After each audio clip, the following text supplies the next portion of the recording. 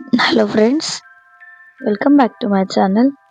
तर मित्रांनो, गेल्या 2 दशकांमध्ये नागपूरचा चेहरा-मोहरा हा पूर्णपणे बदललेला आहे आणि त्यात भर म्हणून आता नवीन काही वातानुकूलित बसेस या नागपूरच्या रिंग रोडवरून फिरणार आहेत. पश्चिम नागपुरातील काटोल रोडवरून त्या सुरू होऊन 52 किलोमीटरचा प्रवास करून गिट्टी खदान चौकात येतील, असे केंद्रीय मंत्री गडकरी यांनी प्रचार सभेत सांगितले. प्रचार सभेत त्यांनी बहुतेक पूर्ण झालेल्या प्रकल्पांची माहिती दिली. त्यामध्ये मुख्यतः ते म्हणाले की नागपुरात 24 तास पाणी पुरवठा ही सुरू झालेली आहे. त्याचप्रमाणे जुन्या पाईपलाईन बदलवण्याचे काम सुद्धा सुरू आहे.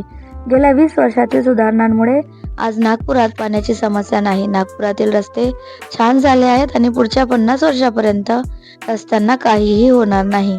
पोलीस लाईन टाकडीपासून काटोल रोडवरील टोल नाक्याच्या पुढे नेणारा मोठा उड्डाणपूल आता मार्गी लागणार आहे, तयार होणार आहे आणि 3 महिन्यांच्या आत त्याचे काम सुरू होईल, अशी माहिती त्यांनी दिली. फुटाळ्याचे फाउंटेन देखील लवकरच सुरू होणार असल्याचे त्यांनी सांगितले.